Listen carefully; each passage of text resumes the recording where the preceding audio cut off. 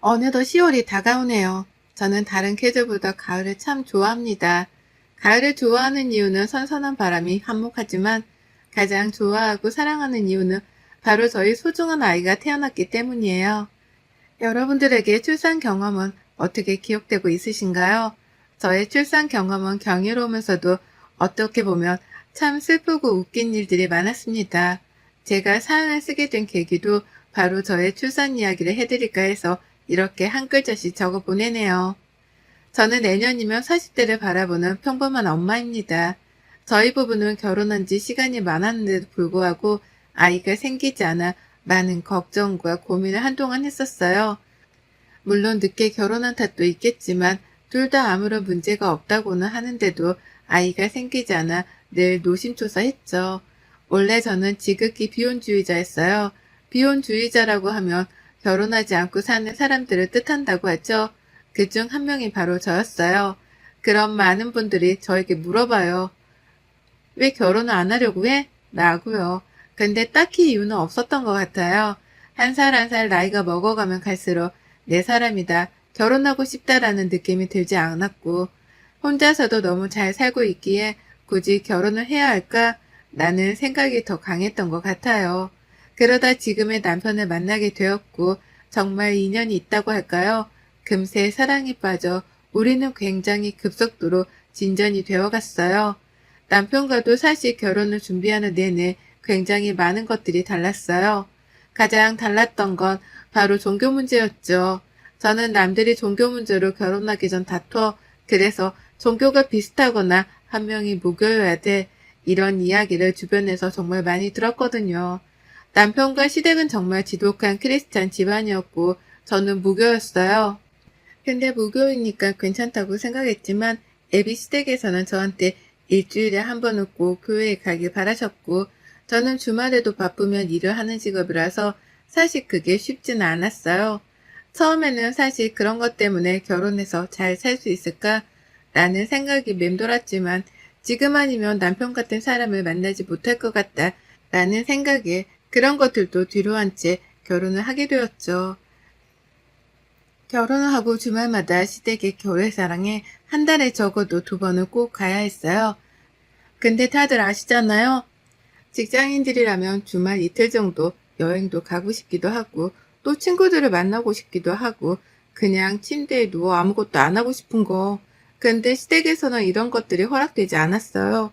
교회에 가면 거기서 끝나는 게 아니라 함께 예배드렸던 분들과 티타이밍에 시간이 맞으면 식사까지 하고 오곤 했으니까요. 그러다 2년 전쯤 코로나가 터지고 나서부터 교회 출입이 어려워지기 시작했어요. 대면 예배가 어려워 비대면 예배로 진행되는 순간 사실 코로나로 힘들기도 했지만 교회에 안 나가는 건 너무나 행복했거든요. 하지만 저희 시댁은 그렇게 호락호락 하신 분들이 아니셨고 대면 예배가 어려워지니 비대면 예배로 시댁으로 시간 맞춰 오라 하고는 같이 예배를 드리고 꼭 식사를 하고 집으로 가곤 했죠. 그나마 남편이 제가 정말 가기 싫은 날에는 회사 갔다고, 다음 주나 이번 주는 못 올 것 같다고 열심히 이야기해준 덕분에 잠잠한 날도 있었죠. 저도 모르게 이런 것들이 스트레스로 다가왔을까요? 이제 슬슬 아이를 가지려고 생각해 준비를 하는데 남편도 저도 건강하다고 하는데 따로 피임을 하지 않는데도 아이가 생기지 않더군요. 한 1년 반을 노력했는데 자연임신이 어려운 상태가 되자 저희 부부는 검사를 받고 난임 클리닉에 다니기 시작했습니다. 그럴 때마다 저희 시어머니가 하시는 말씀이 꼭 있으시거든요. 믿음이 부족해서 그래 너희가. 라는 말이요. 믿음을 위해서는 늘 하나님께 기도드리고 해야 하는데 너희가 그렇지 못해 예쁜 아가가 안 오는 거란다. 라고 늘 말씀하셨어요. 정말 이 문장들을 결혼하고 나선 한 1000번 넘게 들은 것 같아 나중에는 남편이 정말 화내면서 그만 좀 하라고 할 정도였으니까요. 안 그래도 임신이 되지 않아 너무 힘든 시기였는데 시댁에서 저런 말까지 덧붙이니 어느 순간은 우울증까지 찾아왔습니다. 처음에는 남편이 제가 너무 힘들어하니 아이는 포기하고 우리 둘만 아끼면서 살자라고 해서 그냥 지낸 적도 있지만 이대로 아이가 없이 살다 보면 정말 후회할 것 같다는 생각을 많이 했던 것 같아요. 특히 주말에 남편이랑 외출하면 요새 쇼핑센터가 참 많고 잘 되어 있잖아요. 쇼핑센터에 가면 아이들이 있는 집을 보면 저도 모르게 계속 눈길이 가더라고요. 우리 아이는 얼마나 예쁠까 싶은 생각이 매 순간 들었습니다. 남편도 아이를 정말 좋아하는데 그때 쇼핑센터에 한 번 둘이 영화도 보고 놀러 간 적도 있었거든요. 근데 아이가 지나가다가 넘어졌는데 남편이 번쩍 일으켜서 정말 괜찮냐고 아저씨가 미안하다고 웃는데 우리 아이가 있었으면 남편이 얼마나 좋은 아빠가 되었을까 싶었어요. 그래서 지금이 아니면 안 되겠다 싶어서 남편과 열심히 난임 클리닉에 다니기 시작했어요. 자연임신은 어려울 것 같아 인공수정으로 마음을 굳히려는데 거기 산부인과 선생님께서 나이도 있으신지라 인공수정보다는 처음부터 시험관 시술로 진행해보면 어떻겠냐고 하시더라고요. 인공수정은 성공률이 10%에서 20% 내인데 시험관 성공률은 30% 전후로 보고 있으니 오랜 시간 끌기보다 처음부터 시험관으로 진행하면 어떻겠냐 권유를 해주셨고 남편과 저도 동의한 후 시험관 시술을 진행했어요. 시험관은 수정 과정은 몸 밖에서 이루어진 후에 임신을 하게 되는 과정이다 보니 10일에서 14일 기간 동안에는 배란 유도제를 매일 주사하고 관찰한 다음에 적절한 시기가 되었을 때 난자를 채취하는 과정으로 진행되어 남편 역시 수정을 하기 위해서 배양을 거쳐 자궁 내로 이식해 임신을 유도하는 과정이다 보니 인공수정보다는 더 어렵고 힘들다고 하더라고요. 주변에서 시험관 진짜 힘들다 해본 사람들이 다 이야기해 주었지만 그래도 저는 성공률이 더 높은 쪽에서 해보고 싶었던 마음에 힘들었던 마음이더라도 꿋꿋이 참고 시작했어요. 처음부터 끝까지 쉬운 게 하나도 없었고 1차 시험관을 시도했을 때는 실패했어요.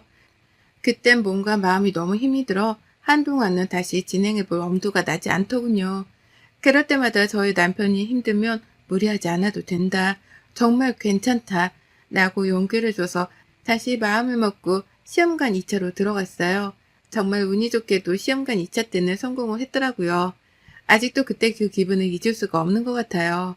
이식 후에는 배가 엄청 따끔따끔해서 힘들었는데 그 뒤로는 엄청 휴식을 취하고 지내다 보니 정말 임신과 같은 증상이 저에게도 보여지더라고요. 가슴에 통증이 느껴지거나 아랫배가 아프기도 하고요.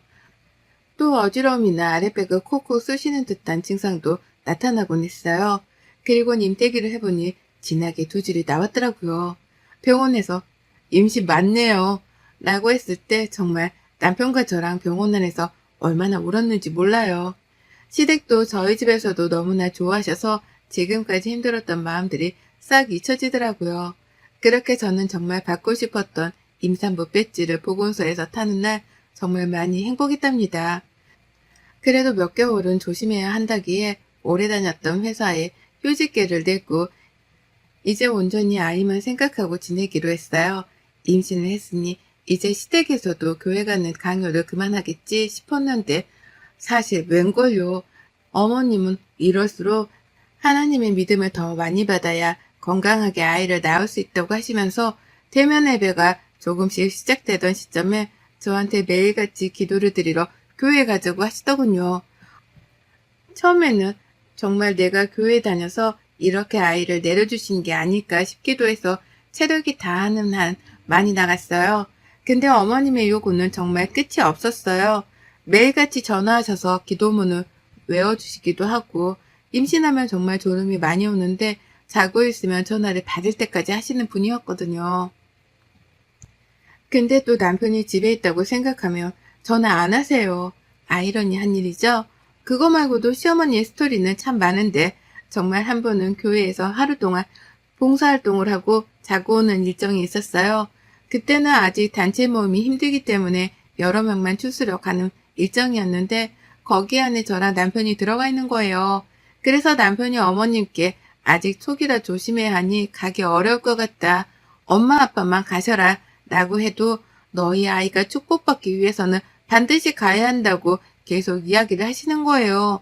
남편은 안 간다고 돌이 그러니 제가 싸울 것 같아 그냥 갔다 오자고 하고 그 길을 떠났어요.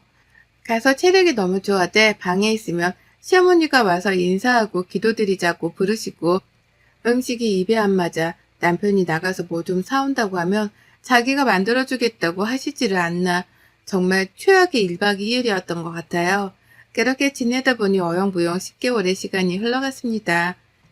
저는 자연분만을 하기를 꼭 원했고 병원에서도 자연분만을 해볼 수 있는 데까지 해보자고 말씀해 주시더라고요.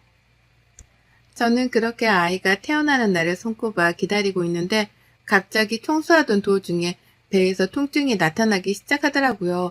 이게 진통인가 싶어서 병원에 전화해보니 가진통인 것 같다. 혹시 진통이 정말 시작되면 간격이 일정하면 그때 병원에 오셔라 하더군요. 생각보다 진통이 너무 빨리 와서 출산 가방을 부랴부랴 싸고 병원에 갈 준비를 끝냈는데요.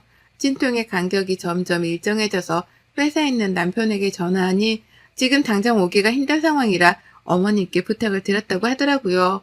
그래서 어머님이 데리러 오셔서 그렇게 저는 입원을 하고 진통을 겪는데 어머님이 눈앞에 와 계신 거예요. 저는 집에 다시 가신 줄 알았거든요. 근데 성경책까지 들고 들어오셨더라고요. 지금 코로나 때문에 일반 사람들이 출입하기가 어려운데 들어오셔서 남편에게 물으니 여기 병원장님이 엄마랑 같은 교회 다니는 친한 분이라 특별히 허락하셨다고요. 이거 신고해야 하는 거 아닌가 싶었어요. 그래서 제가 어머님 여기 다른 산모들도 있으니 들어와 계시면 안 될 것 같아요. 라고 했더니 걱정 마라 아가야. 이 엄마가 기도하면 너 순산할 거야. 그리고 PCR 검사도 다 받고 들어왔으니 걱정하지 않아도 된단다. 여기 병원장님이 엄마랑 가장 친한 분이셔서 특별히 너의 출산을 옆에서 함께 해주실 수 있도록 허락해 주셨단다. 라고요. 진통하는 와중에도 어머님이 옆에서 성경책을 들고 기도문을 외우는 모습을 보니 처음에는 짜증도 났지만 어느 순간부터는 너무 아파서 그 기도문을 듣고 있으니 조금은 마음이 편해지더라고요. 또 어머님이 앉지도 못하시고 계속 제가 힘들면 다리도 주물러 주시고 하니 그땐 감사하기도 했어요. 저는 늘 TV에서만 보고 드라마에서만 출산의 순간을 보니 정말 고귀한 순간이라고 여겨졌는데요. 하지만 제가 진통을 겪으니 정말 많이 힘들더군요. 특히 제 입장에서는 끔찍한 진통으로 피폐해지는 정신이 들고 늦은 눈으로 인해 제 몸을 전부 드러내야 해서 정말 뭐라 할 말이 없더라고요. 제가 생각했던 것보다 훨씬 더 고통에 저는 몸부림쳤고 그렇게 힘든 출산의 과정에서 친정 엄마만큼 저를 보살펴 주시는 어머니께 그때 결혼하고 처음 큰 감동을 받았어요. 저는 장시간의 진통 끝에 건강한 아들을 출산했습니다. 정말 너무 아팠지만 우리 아이를 보니 언제 아팠냐는 듯 그 마음이 녹아내리더군요. 그렇게 저는 양가 부모님 축복 속에 아이를 출산하고 몸이 어느 정도 회복된 후 산후조리원으로 들어갔어요. 그때만 해도 남편이 산후조리원에 같이 있을 수 없는 상황이라 저랑 아이만 들어갔고요. 산후조리원 천국이다. 라는 말이 실감나게끔 아이를 케어해주시는 좋은 선생님 덕분에 저도 빠르게 회복을 했는데요. 그러다 저는 정말 경악을 금치 못하는 일을 발견하게 되었어요.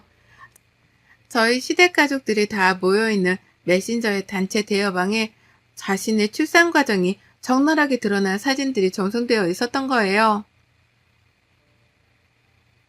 다들 정말 대단하다, 고생했다 라는 말과 함께 제가 진통하는 순간부터 출산하는 과정까지 다 찍혀있길래 그게 갑자기 너무 황당한 거예요.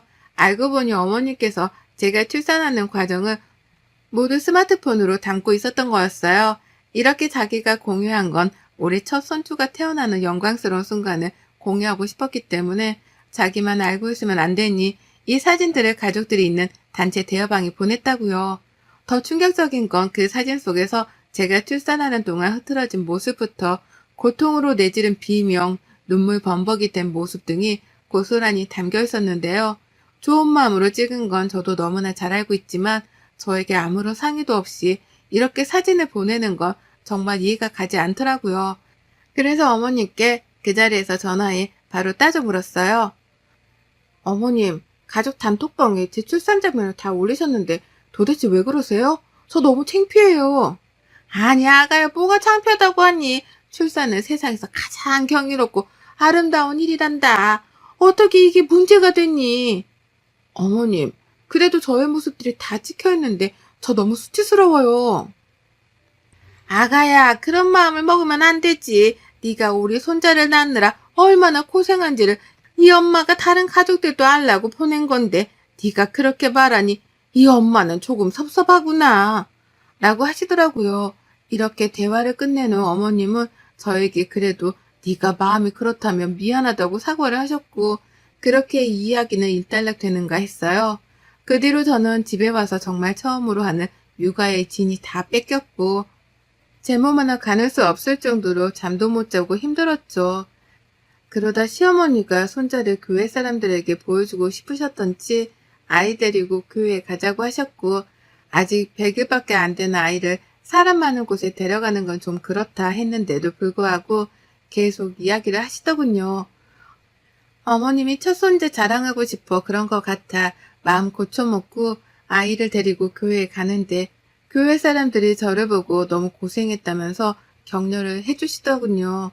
그리고 아이 출산한 선물까지 많은 분들에게 받았는데요. 처음에는 교회에서 이렇게 출산을 하면 선물을 받는구나 싶어서 누구나 선물 다 좋아하잖아요. 그래도 내가 허투루 교회 다닌 건 아니었구나 싶었죠.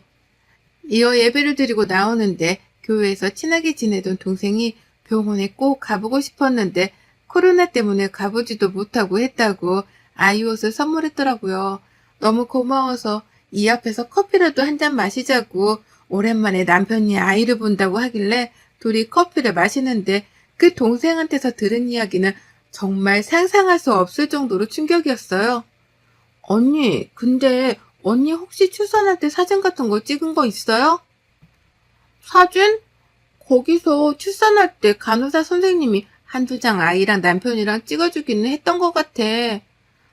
그거 말고 언니 뭐 진통하고 그럴 때요. 진통? 남편은 아마 안 찍었던 것 같은데 왜 그래? 이거를 언니한테 말해야 하나 말아야 하나 싶어서 고민했는데 그래도 언니는 알고 있어야 할 것 같아서요. 뭔데 그래? 우리 교회 사람들 단톡방이 있잖아요. 거기 단톡방에 언니가 출산한 다음날인가 사진이 한 10장이랑 동영상이 올라오는 거예요. 그래서 저는 좀 늦게 확인하긴 했는데 보니까 언니가 진통하는 모습이랑 아이 낳는 모습까지 다 찍혀있더라고요. 제가 보기에는 김 집사님이 언니 몰래 올린 것 같아요. 어? 아니, 어디에? 나도 한번 봐봐. 동생의 말을 듣고 그 단톡방을 확인하는 순간 제 출산 과정을 저희 가족 단톡방에만 올린 게 아니었어요. 교회 사람들 단톡방에도 올려서 아기 천사가 태어났으니 함께 축복하고 기도해달라는 말과 함께 제 사진들과 동영상을 올리셨더라고요. 사진에 나와 있는 민망한 부분에는 어머님이 모자이크 처리를 해서 올리신 것 같은데 그래도 그 사진이 정말 민망한 부분들이 많이 나와 있는데 그거를 거의 20명 가까이 되는 단톡방에 올리셨다니 정말 저로서는 분노가 치밀어 오르고 이해가 되지 않더군요. 그 단톡방에 올린 이유는 제가 보기에는 저랑 남편은 거기에 들어가 있지 않았기 때문이더라고요.